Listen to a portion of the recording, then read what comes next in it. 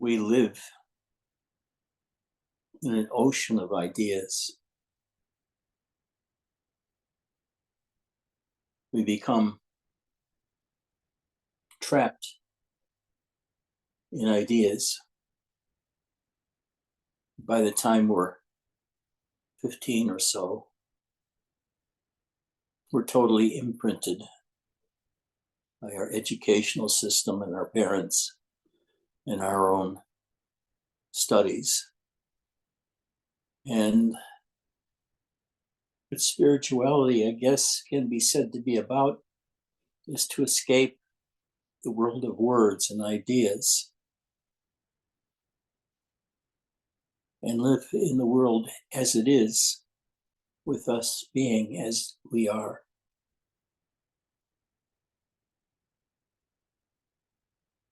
How do we escape words?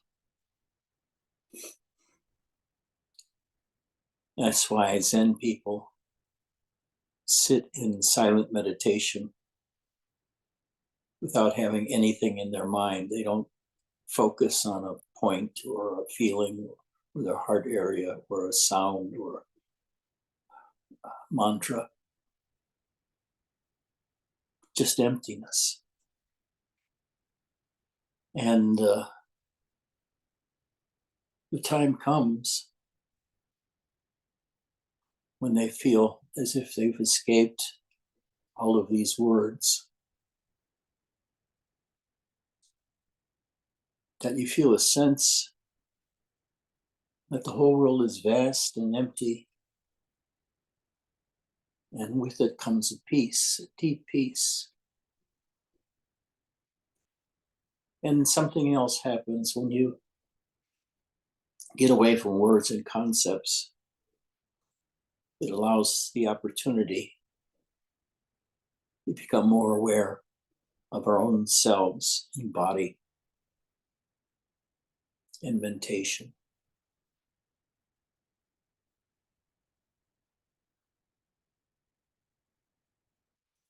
In that emptiness, when the mind is not working, our perceptions of the world change completely. What had been maybe a dull and dreary world or a hostile world changes into a rich emptiness. And we begin to be able to really understand and look at and feel our bodies. We become embodied rather than disembodied automatons. They're completely programmed by the thinking of people around us, in our government, and all of the corporations. They all try to feed us stories so that we can work together and be good people. By that I mean not raise trouble. But we're left drowning in this world of ideas. I'm a Christian. I'm a Buddhist. I'm an Ohioan or an Indian. I'm this or I'm that. We give labels to ourselves. And after a while, these labels wear quite deeply.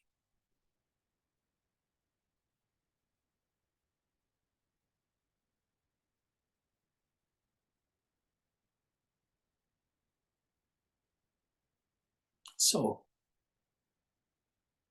we learn to turn our attention around in spirituality,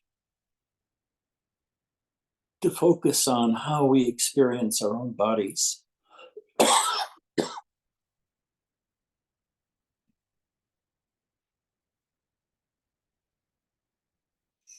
And certain varieties of Zen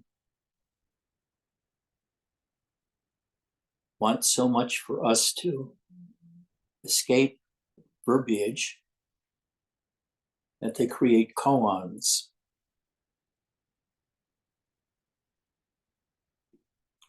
And each koan solution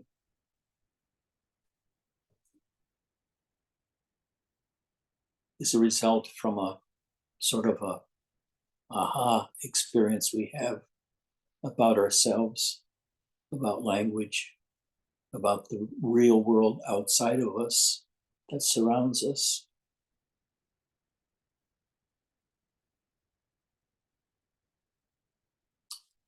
And the koans sort of focus on one area or another.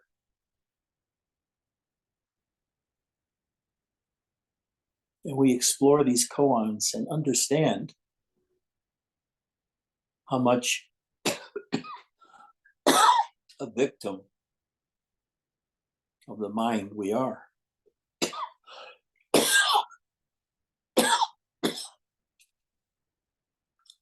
That cough is from bronchitis because I smoked so much early in my life, 2 packs a day until 1978. And the residuals are being felt now.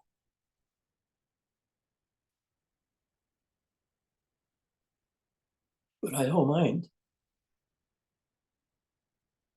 The body's falling apart. So what? What else is new? It used to be for the first 15 years, I was gaining a new power or attribute every year, every month. Learning. But son of a bitch, that learning can go on forever about ever more trivial things.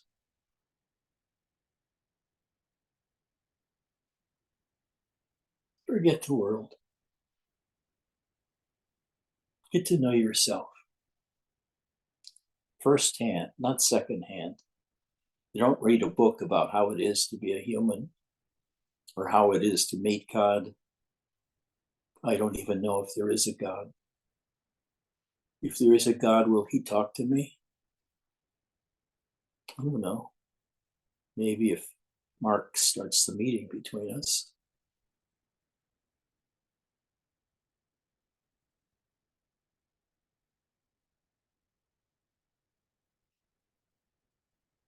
We need to escape that net of words, concepts, and reasoning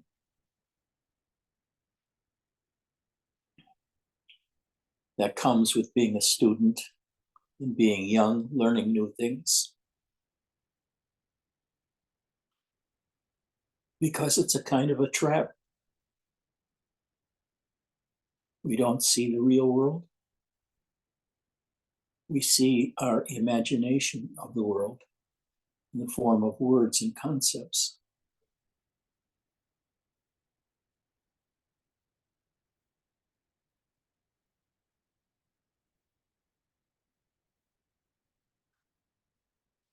Imagine we're not really seeing the world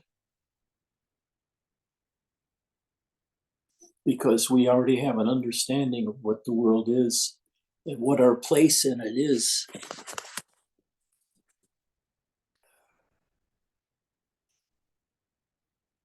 And after a while, new concepts or freedoms keep coming, but they don't catch in us anywhere. They go right by.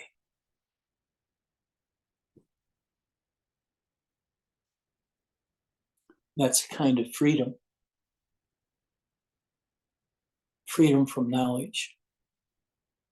Freedom from the search for knowledge, including what we do now, pondering our existence to be free from it.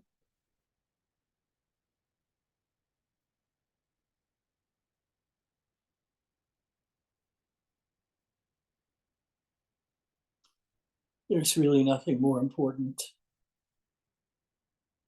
than freeing ourselves from a couple thousand, maybe 5,000 years of shaping the world according to our mind, at least the world as we perceive it. That's why we focus on ourselves, saying, fuck you, world. I don't care for you. I don't trust you. So I'm going to leave you to your own devices. And what I'm going to do is concentrate on me and my reactions to you and see what you are like and I am like in the immediate present.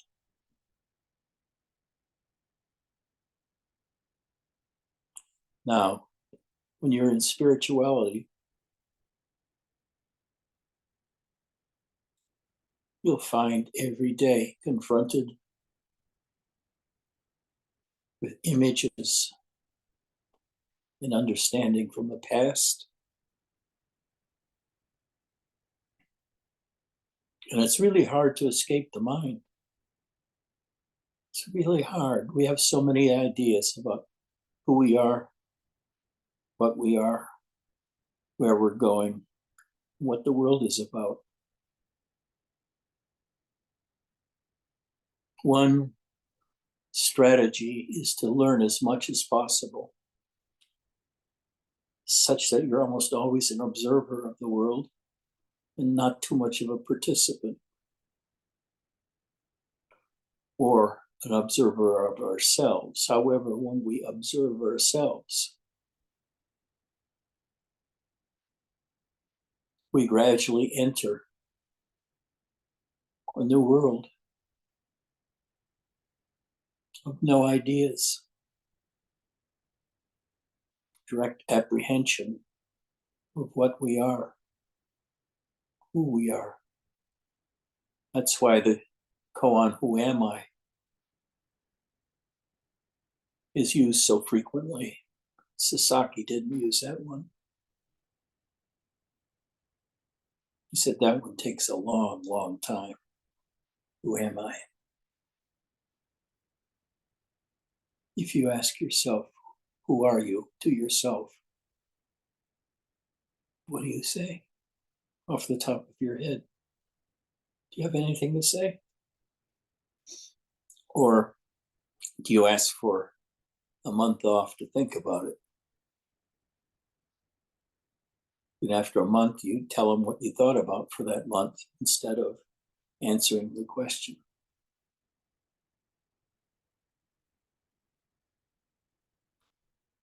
And all this time, you begin to discover how wonderful it feels to be doing nothing, to have nothing to do, nowhere special to go, no friends to make, no money to be worked for. All of those get tossed aside. And we just rest in ourselves, totally sunk into our own bodies. From the bottom of our feet to the top of our head, we explore what it's like to be inside, experiencing those parts of us.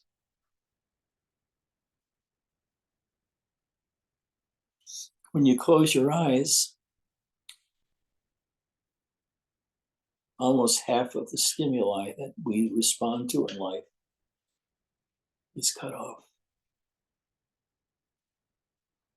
So the world we live in is mostly imagination, and secondarily, the experiences of our bodies as we live in the here and now. Now, I know many times I've thought to myself, why should I become mindless? We're born with minds, why not use them? The thing is, The mind traps us, almost all of us, in layers and layers of meaning,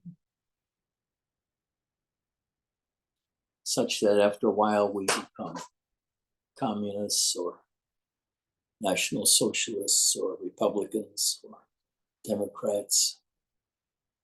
We have an identity as being a dentist or a post office worker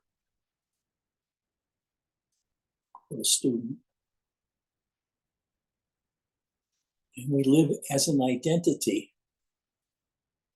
We assume all these things about us are true, and we operate from that point of view as opposed to just experiencing the outside world not as something to be understood or conquered,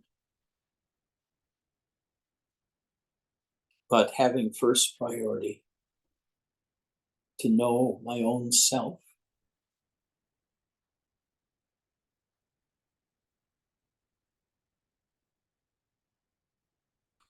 But that means also knowing the knower. And that means pursuing the place where sense data enters the mind.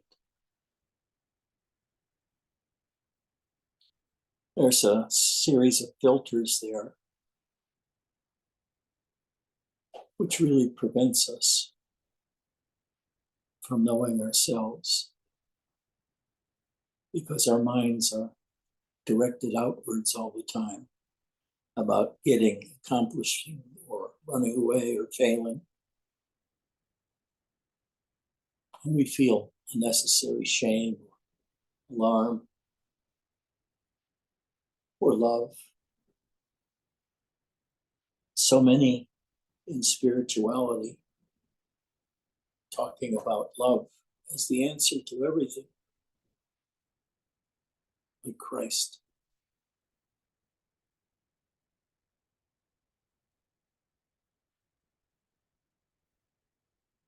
But it's been my experience that love can drive you nuts.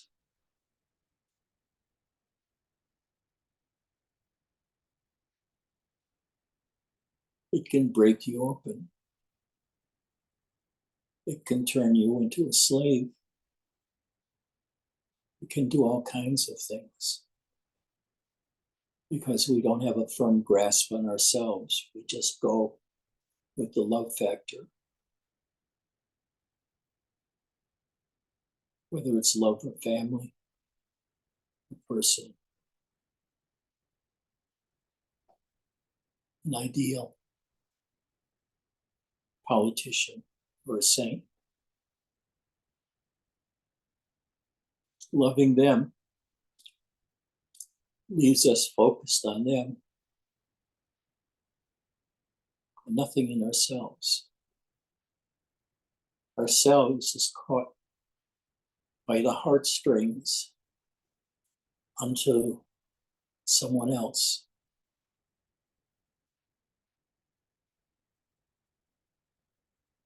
And thus the world goes round.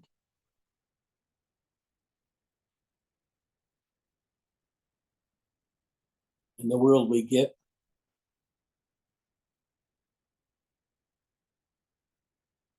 is really insane. How hard it is to find peace in that world when there's constant battle to live in this world. There's so many organizations vying for my attention and my donations, all the way from the Democratic Party to the Boy Scouts to the Army, Navy, etc.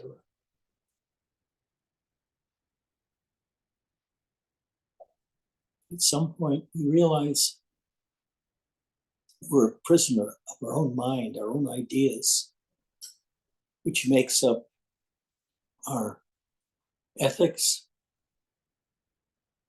insofar as we're aware of them.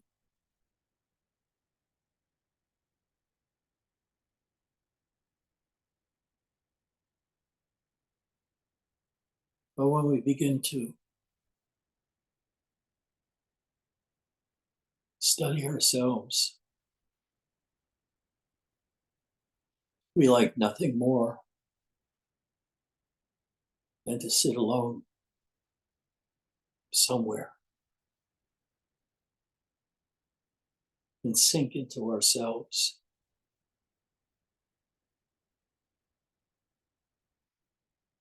At this point, some of you may be aware of how pleasurable it feels to directly experience ourselves without the intermediary of language and concepts and memories.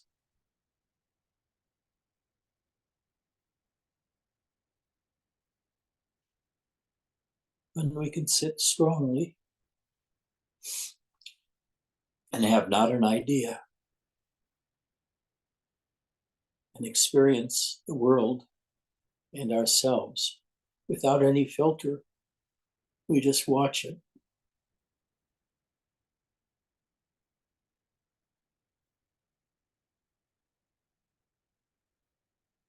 And everything inside slows down.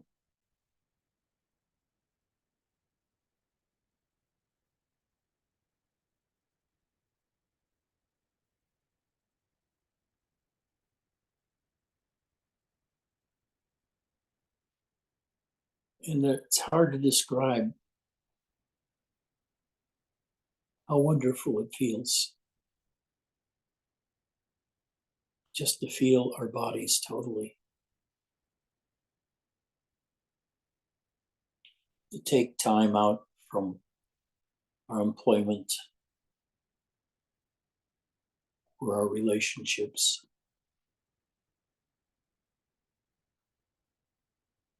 our politics, and the very big, confusing babble of many spiritual teachers talking about their ideas about the world and themselves and having them disagree with other teachers.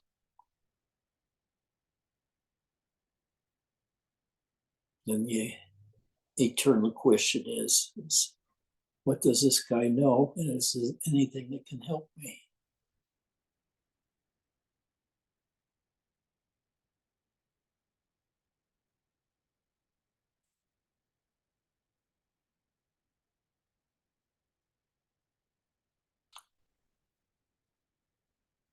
Got four words that can define a spiritual mission.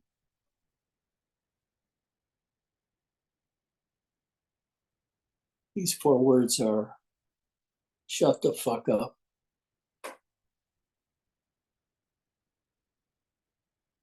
could add a fifth word, relax. Shut the fuck up and relax. Relax. Keep letting go of the stress when you can find it. Explore your body and find out where the tension is. For me, it's been mostly in my back, upper back, and neck, and it's still there to an extent, but with meditation, that pain can turn actually into a wonderful kind of pleasure. That tension we find in us is almost sexual in terms of how pleasurable it can feel to us. It is no longer something to be run away from.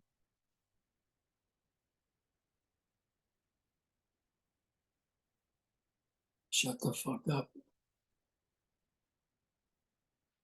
and relax.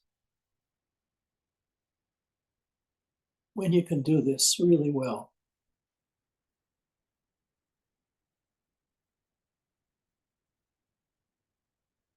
your mind sort of dies.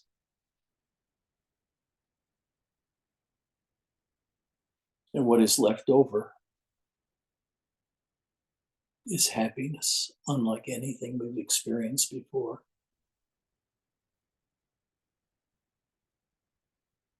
And also a sense of humor, because we can remember how we were before and how liberation feels to us as boundless happiness.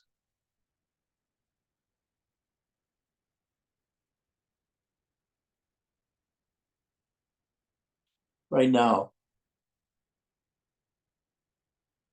I'm feeling my entire back at once, sitting in the chair, the pressure of the back of the chair on my back,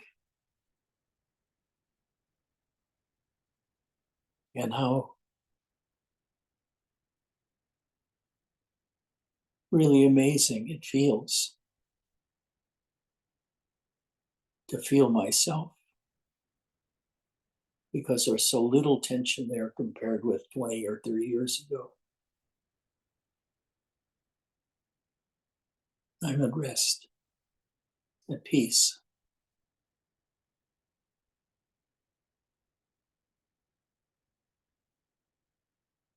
I'm at peace.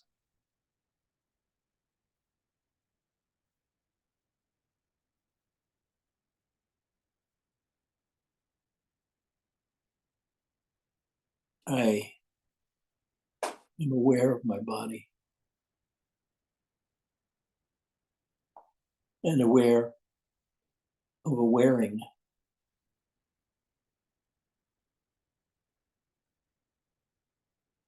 And there is a very, very strong sense of power of being just myself and immersed in the experiences of my own body, with my eyes closed, mostly half open is the preferred way, because that way you don't lose touch with the world and just go to sleep.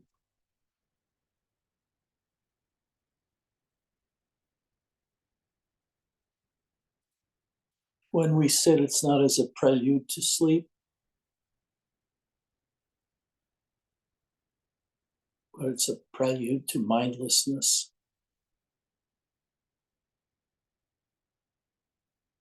I used to think, when I was first involved in Zen, and I would experience empty mind,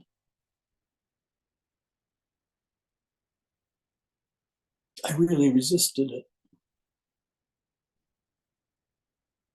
because I felt stupid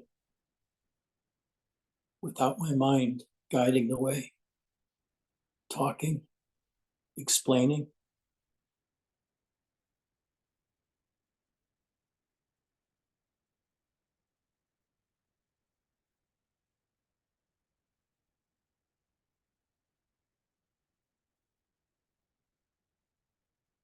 But when your mind is gone,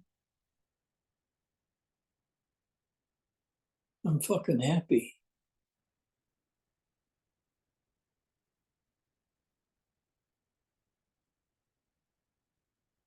Isn't that amazing?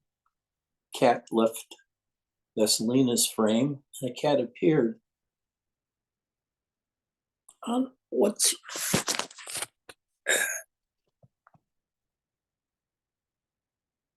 your name with the red cat?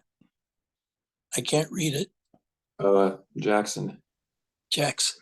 Okay. Vaselina lost a cat. Jackson gained a cat, but it's not the same cat. But I like to see all the cats in the world.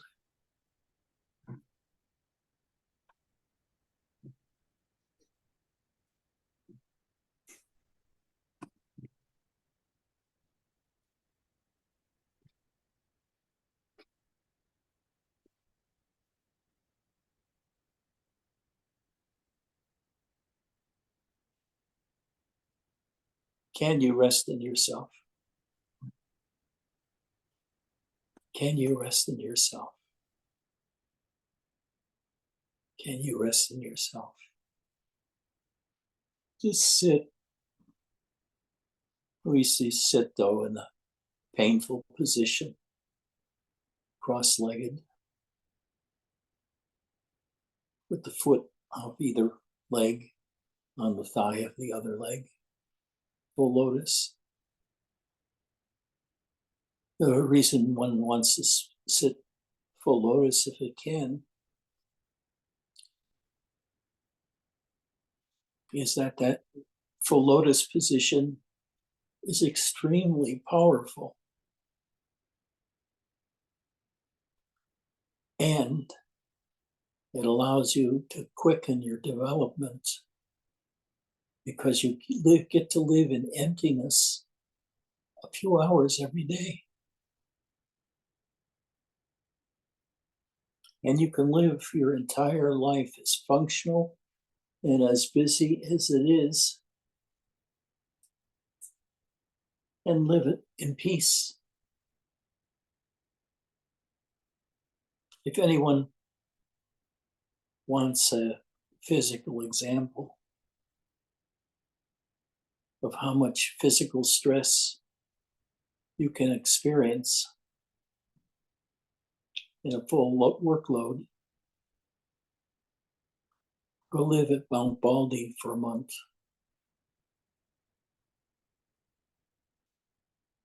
They allow people to come and stay there for a week or maybe even a month to get the experience of Zen silence. You wake up at, I don't remember whether it was 3 or 4. I think it's probably 4. You go to bed by 9:30 or 10. Bye-bye.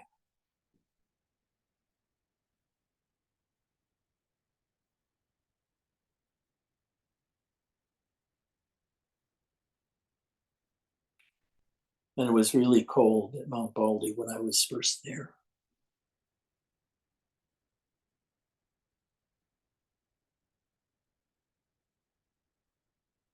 But the sitting was incredible. To be in a room with 30 other people sitting with the Jikijitsu, pacing up and down the ranks of the students. And if one was moving too much or slumping into sleep to get hit on the shoulder, it wasn't painful, just wakes you up.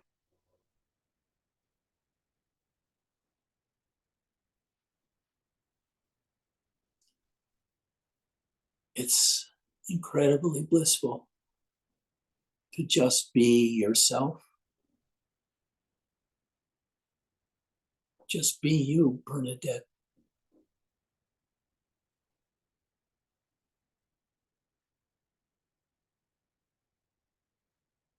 Just be you, Jay.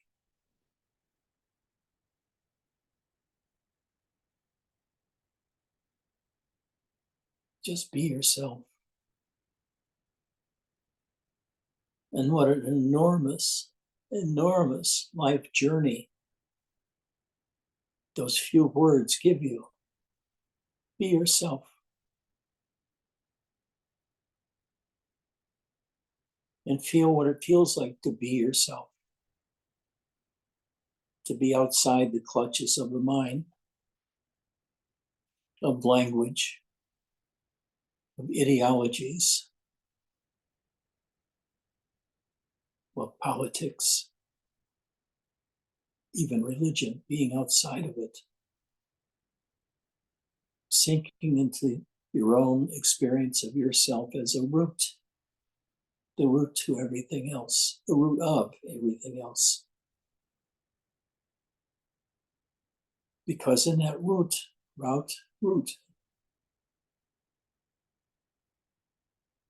there's so much pleasure and power.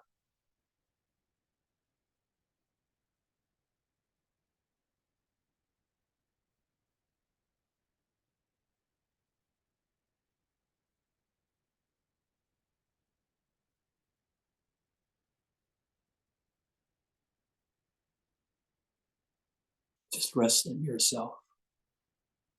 Do it right now. Relax. Don't try to understand my words, just hear the words. If you follow the meaning too much, you get carried away by the understanding I'm giving you. Instead, the best way to learn what I'm saying is to sit quietly by yourself. I used to have a kitchen timer.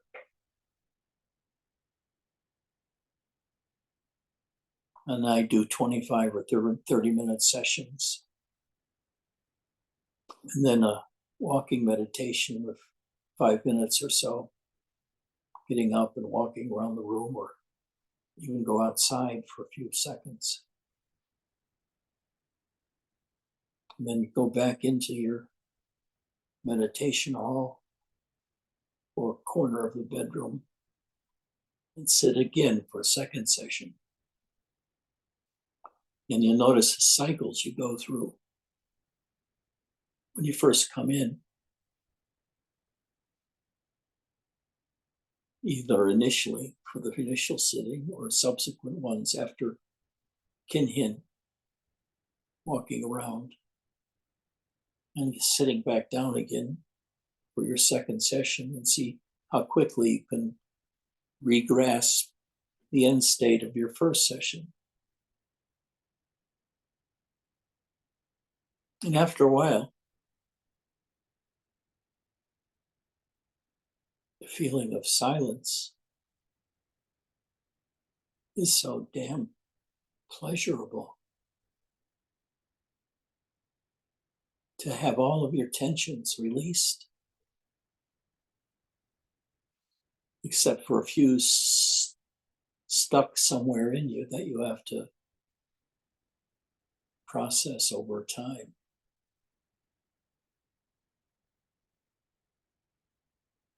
But in this world of emptiness, there's total freedom. You can feel the freedom. It's palpable. It's really, really enjoyable.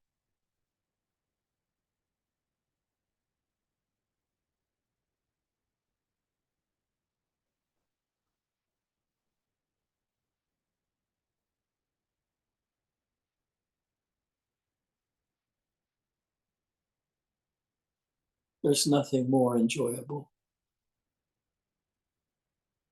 than realizing who you are, what you're like.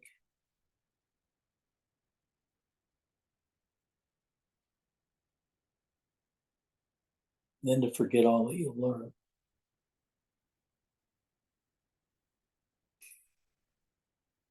And just fall back into the emptiness of sentience, of your own ability to experience and understand.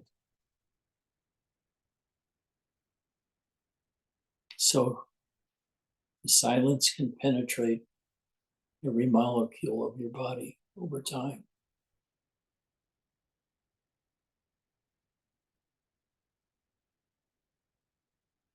And you become so relaxed.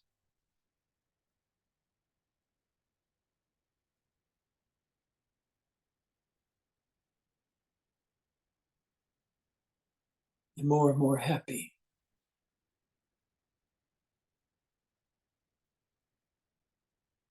And then the clackers sound. And you have to get up and do something. Walk around the zendo or go out and do errands like shoveling snow.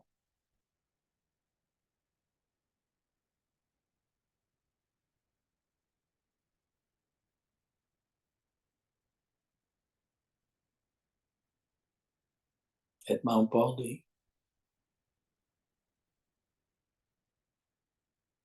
the windows were made out of paper, like the Japanese.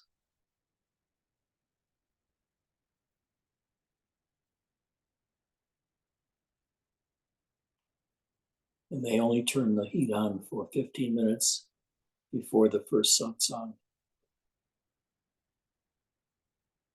And 15 minutes before you left the meditation hall to go to your quarters to sleep.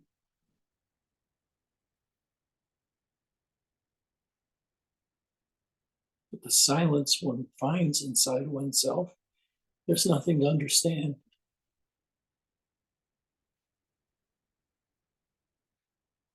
That silence is the zero state for you, the state of complete rest and emptiness prior to any awareness of the external world.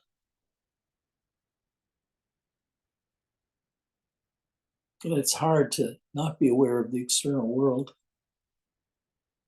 when it's like -6 outside and you only have paper windows and no heat during the day except for 2 15-minute periods. You become used to going deep inside and just relaxing.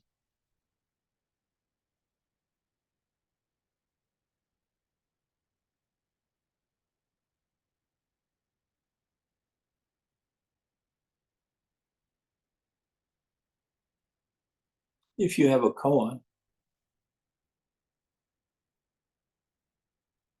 what is that sound of one hand clapping or any other, the thousands of koans? Even got books published with the answers to the koans. It's a thick red paperback.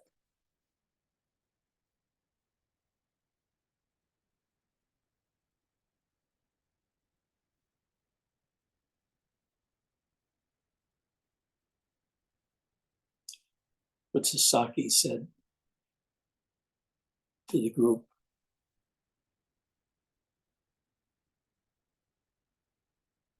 that he doesn't take the canned answers found in books, but only what you bring to him all by yourself when you meet face to face 2 or 3 times a day.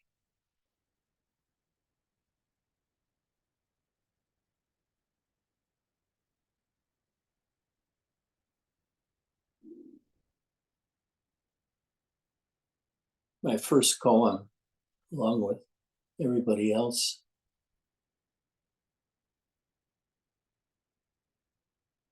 was how do you realize God when looking at a fir tree? And you would just ponder that day after day. It's the only sense of tension you have is the koan. And that sort of teach you that confusion and busyness of the mind, how wonderful you feel when it stops. And when it stops and you're directly experiencing yourself in the world without the intermediation of the mind.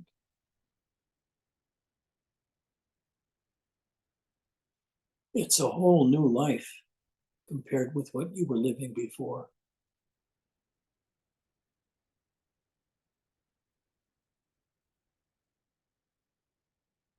A life of no meaning,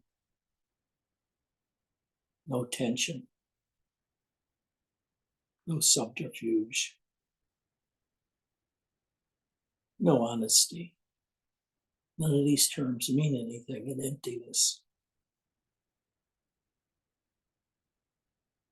There's really not much you can bring out of emptiness either and give to the world, except to teach the other person to sit in emptiness themselves and see how beautiful it is and how you want to make that part of your everyday life. Because the world expands.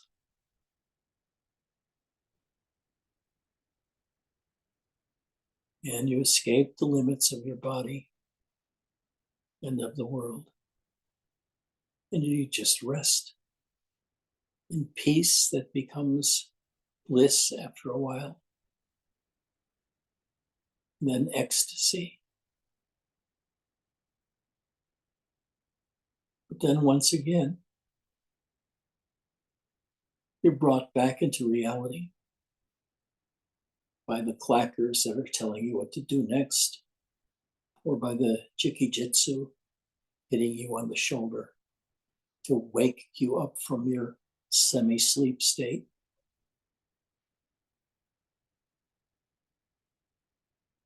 Life is very simplified. You don't have to do anything except sit in meditation and walking in meditation. You do it all day long. 14 hours a day, 15 hours a day, with some breaks to do nothing.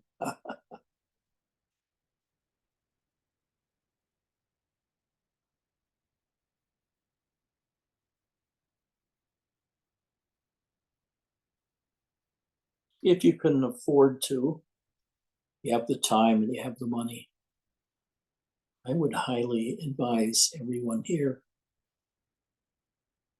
to go spend some time where a lot of meditation is done. Not necessarily a Zen center, but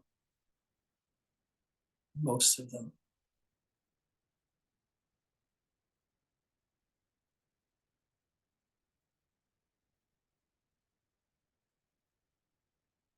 I want to tell you another secret about spirituality. Most teachers out there shouldn't be teaching. They will get you confused.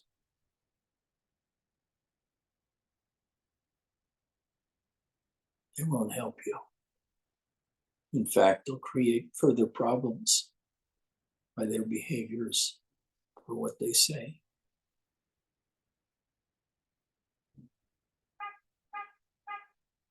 It's really best to practice by yourself, alone. But if there's a group you can go to on a weekly basis, by all means, go meditate with a group. Group sitting is very powerful. Chanting is very, very powerful. And there are Zen places all over the world.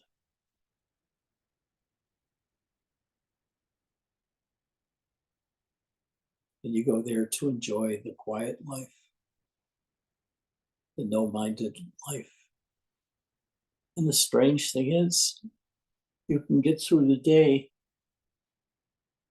doing what you're supposed to do, your work or whatever it is.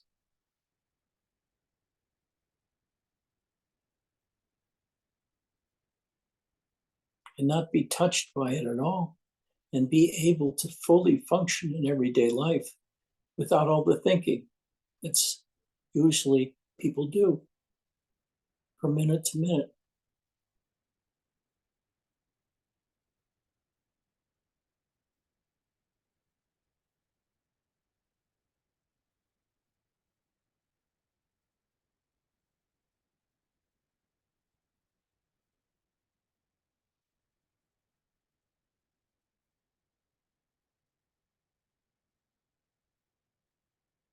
And get a cat or dog, a rabbit,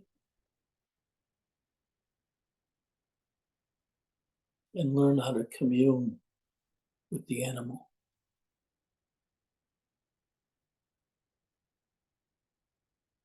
To feel their presence so closely. Look in their eyes.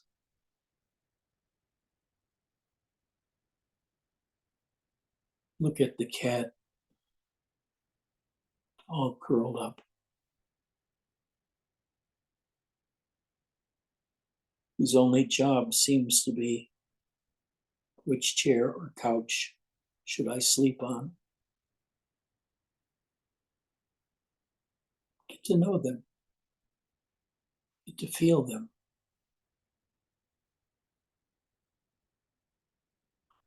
When you get to the place where you can experience the sentience and the life force of an animal directly, will change your life immeasurably.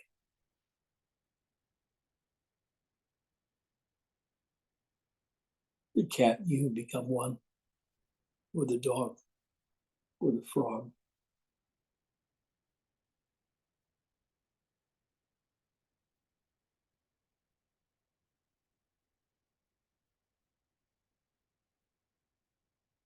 Are there any questions?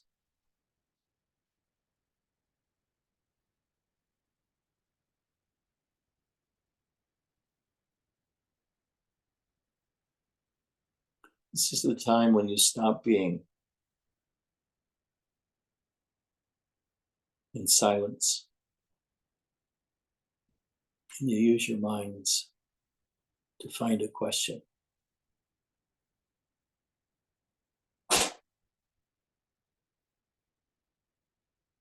And the one who comes up with the stupidest question, it's a large piece of pie for reward. I have a stupid question. Yes. Why am I reluctant, and I know I'm not the only one, to sit and be quiet? It's a struggle against myself to do it. Though once I do it, I enjoy it. So I don't understand why it's such a challenge to convince myself to do it, when I know that I appreciate it.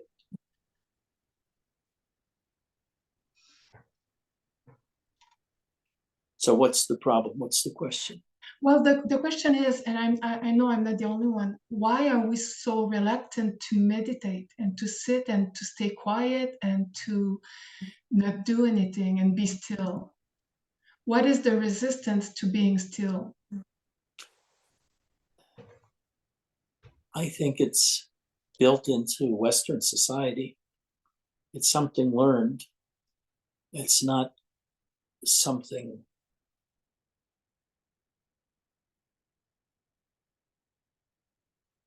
I'm struggling to find a better way to answer.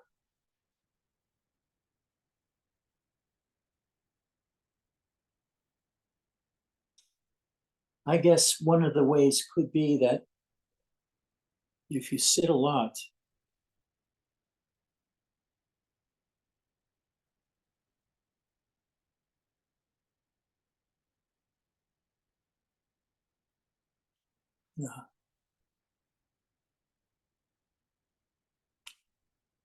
I don't know. I can say that sometimes my reluctance about sitting was that I was wasting my time doing nothing when I should be out somewhere learning something or helping people or helping animals. That sitting in silence by yourself or in a group was kind of narcissistic. That a real person, a human person, should adopt a life of service and be spending their life doing that, working out karma that way. And it is, for example, learning how to sit in full lotus is a painful process for most people. It was for me. And you may not like going through that pain for the first 10 minutes of any sitting until your legs settle into the pattern, just relax. It's painful sometimes to sit properly, but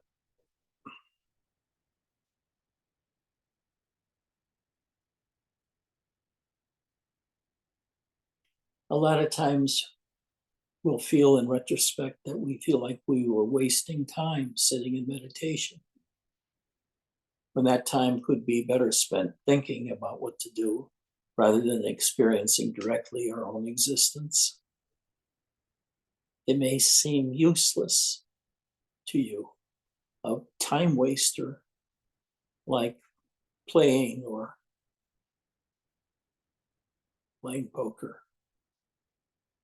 There's no value in it of its own self intrinsically. But there is value in the states that you can go into. And it's only after you've sat for thousands of hours over the years that you look forward to and welcome the moments of meditation and just wish they'd go on forever.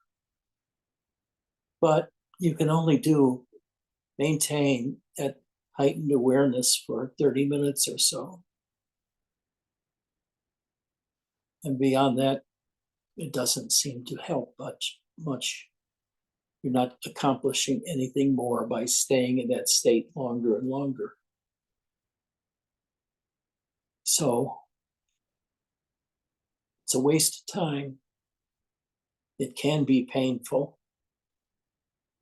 And I've got other things to do that are more important. Those are three that come to my mind right away. In a monastery, it's different. Everybody's doing the same thing. And so that encourages it. And that's what you come to the monastery for, is to sit in silence. And even then we can feel a resistance to doing it because it's just not natural for us. But it is natural in many countries that live quietly and self-reflexively, like India, even though quiet is a term I wouldn't use for it. But the individuals, the aspirant, can live in quiet happily. And after you've sat for a few years in Zen meditation, you know how wonderful it can feel. The more deeper, let's say, the deeper you can get into sitting meditation and losing yourself into yourself and into the world, it's more and more pleasurable. But before that, it's painful. It's painful to learn how to sit with your back straight and your eyes half open, and this helps prevent you from going to sleep. But I think a lot of us see no difference between being asleep and being in that vacuous state of proper meditation. There is a sense of power that one can feel being in strong meditation. It's like your body freezes up in a posture. Nothing moves anymore. Just a light feeling of the breathing. And you become absolutely still. And the mind closes down. And our awareness sinks into our chest and into our gut.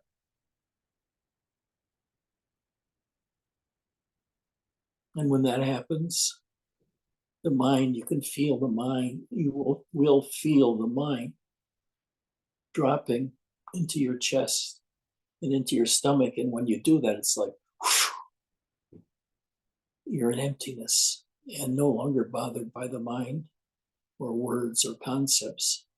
You just become golden and powerful and absolutely still. In that silence, there's such happiness. But it goes against everything we've been taught in Western life. to be active, to help people, to help ourselves. It's just a strange thing for Westerners to do. There seems to be no point in it. Where does it go? Where does it take you? Do you get taller? Do you cure baldness? What is it good for? And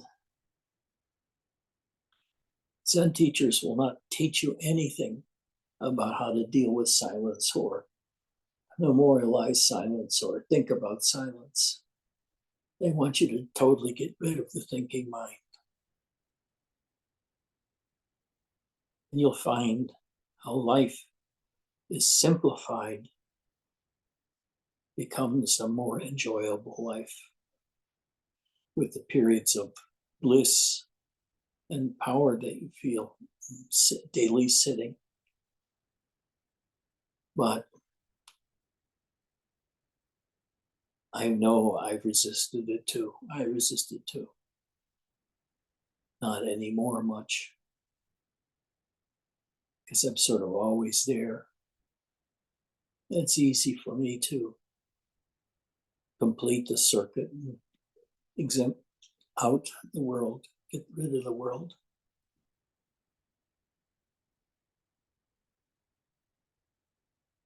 Can you drop in your mind into your stomach?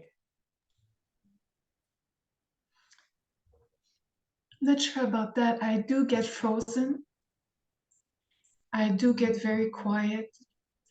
But I'm not sure I've ever felt my mind dropping in the stomach. It's not the mind that drops in, it's your attention that drops into the stomach. You stop attending to the external world and you turn your attention around to yourself. And that usually investigates, at least partially, a review of the physical systems in your body, in your legs, in your arms, in your chest, and so forth, and how they communicate with each other. Do you feel whole or do you feel in particles or fractured?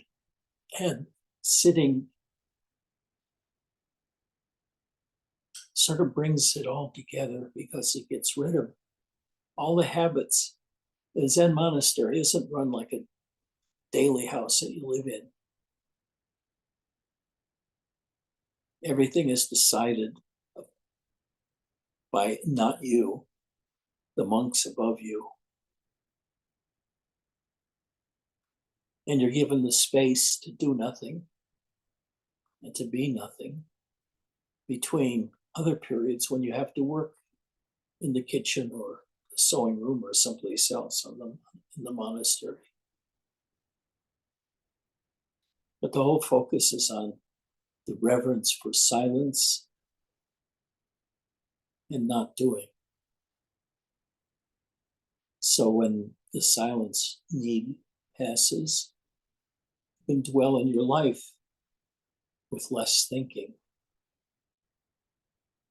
instead of the thought processes being always there, urging you to use your mind. Even a lot of the spiritual people will use their mind to create visions or something to meditate on.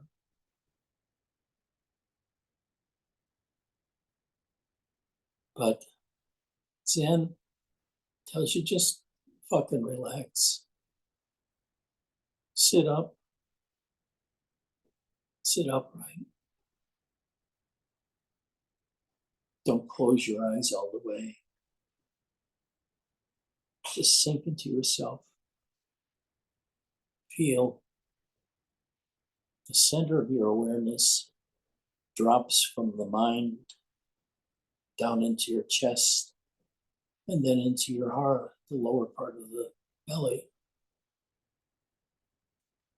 And what happens then is it's just silence, inner silence too. And you sit that way for 25 minutes. It's like getting a psychic would you call it? Colonoscopy.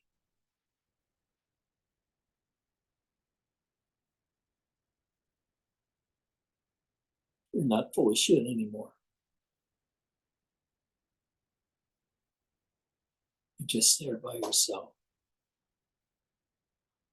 And in being yourself, you enjoy it. But there is a lot of resistance in a lot of people about doing nothing.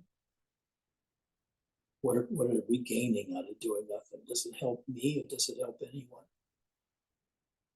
Those are all the sources of resistance I can think of, except the physical pain when you first start learning how to do meditation and be absolutely still and keep a straight back and all that kind of thing. Because if you slouch, you'll fall asleep. It won't have been meditation anymore.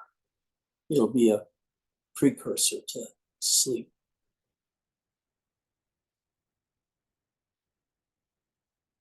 You're sweeping the mind out. The mind doesn't like to be swept out either. Because a lot of what we are rests in our ideas about ourselves. And if we don't have any ideas about ourselves anymore, we can be molded by the monks into being a better monk and a better sitter. But then we lose our autonomy. So it's a question. It's a difficult question for me to answer, and I've given 4 lousy answers. Did you like the answers? Very much so. Thank you. Okay. Is the absolute available to you now as you experienced for the 15 years? Are you always in it? Are you never in it? I mean, what you said, it finally, that whether it was so exquisite that it became boring on some level, and I believe you said it was the Janet experience that brought you back to the world. Well, what was your third awakening? I know 1995 was with Robert and Janet was like 2010, but there was something else. Was that the power of the life force that you experience now, which is just so exponential that it's you can't even describe it. You revel in it in a way which you share with us, which is not Advaita, but which is God realized in an absolute. What we are is just a powerhouse of bliss that we can embrace without going the full Advaita journey. Part of my consternation is that I will lose this incarnation and maybe never have what you had as the shower experience, or Suzanne Siegel had as she tried to board a bus, or Robert Adams had when he was 14. Maybe I don't have to have that. No, you don't. But I'm curious about how you describe the absolute, how Nisargadatta describes it. Basically, I read the treatise that you wrote comparing Nisargadatta and Ramana Maharshi, which why I love you and worship you is because I don't know anyone in the Western world who could have written that and in a way that I could understand that was so exquisite. But I think, and I think I should go back to what I said. Maybe I don't need to experience that. And the more I look for it, the more it becomes problematic. It's sort of like, it's like Robert Adams said, ask who am I, but don't answer it. Because in a way it is its own koan. So I don't know if that helped. You just you help me. You've answered the question. No, I can't remember any other experiences. It's just more or less there all the time. My mind is usually always working to a certain extent, but I, whoever I am, whatever I am, have learned to ignore my mind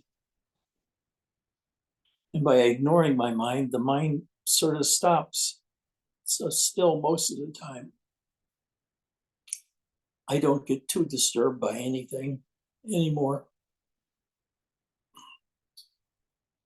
But there's still a lot of me left in this body, in this mind.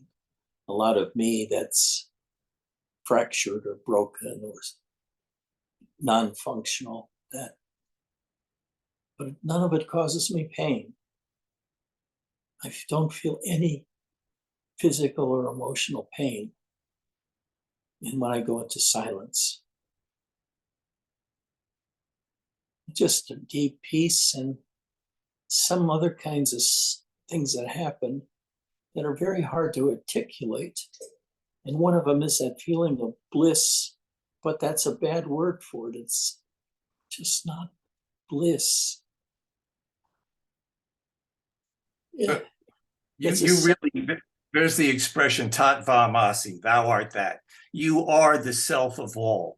As you described it, you said that after that awakening, there's a filament between, in perceiving, like looking at a tree or being the tree. And that changed. Maybe it's the mind, the chatter stopped and something else happened. You became pure awareness. Now, my understanding of pure awareness is there can be no self-awareness in pure awareness because you can never objectify it. It simply cannot be an object. So it cannot be known. The knower cannot be known. Only being, pure being, which is what we are. In a way, when you come here, even if you came here and just sat with us, it would be explosive. I don't know of anyone else incarnated currently who brings to me, well, what you bring to me. You do it every time. And when we're here the other days, your presence is always here. You are always here. You are always with me. Deeper, more exquisite, almost than beyond words, not even trying to put it into words. There are no words. I love you. I love you too, Jay. I love you too. I need to get a cat. I need to get a cat. I really do. Thank you, Edgy. I've got several around here, but they're Edgy, I not love you. visible right now. Maybe they saw the crowd on my iPad and they decided not to stick around. I miss Ian and Cassie. Chris was saying that he corresponds with Cassie, and even though she seems to have been shouldering the whole burden, I still feel if there were any way to get them back to the fold of the Sangha, I would, anyone who could bring them back, because I love them and it isn't the same without them. Jeff Hudson riding his train up and down the Western coastline, I miss him. Anyone who's ever been here, who isn't here, who doesn't come regularly, needs to be here, because there, as I said, there are no words. This is grace, abiding grace and bliss. Wow. What I feel most of the time, especially if I stop reading or watching television, I can just relax and become holy. It feels holy. It feels like breath of God is on me. Can you post this on your blog site? Even, I know your consternation is to try to figure out what to call it, which is not easy. But they require you to describe what happened in the Satsang. How do you put that in? Call it bullshit number 11 or bullshit 10, or pick a number. People will not accept that. That's I know. But we will. How about unfiltered awareness? Yeah. Okay. Boy, catchy title. I bet you millions of people will flock to that video. Oh, Edgy. Love you.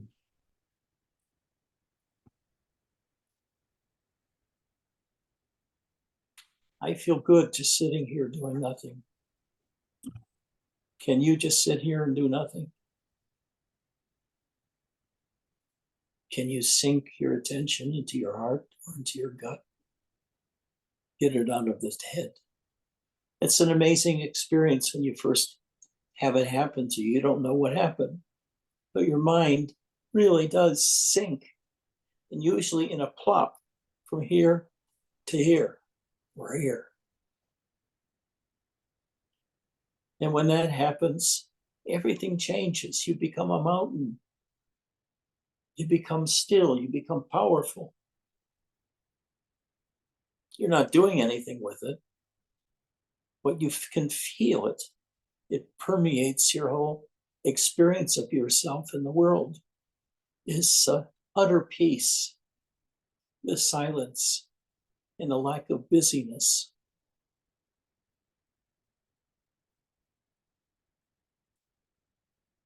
But then I'll stop being happy and I'll go watch a movie on television.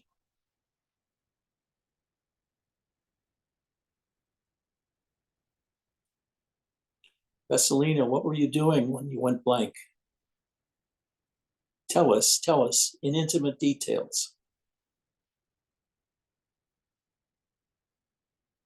No, I can't. Okay.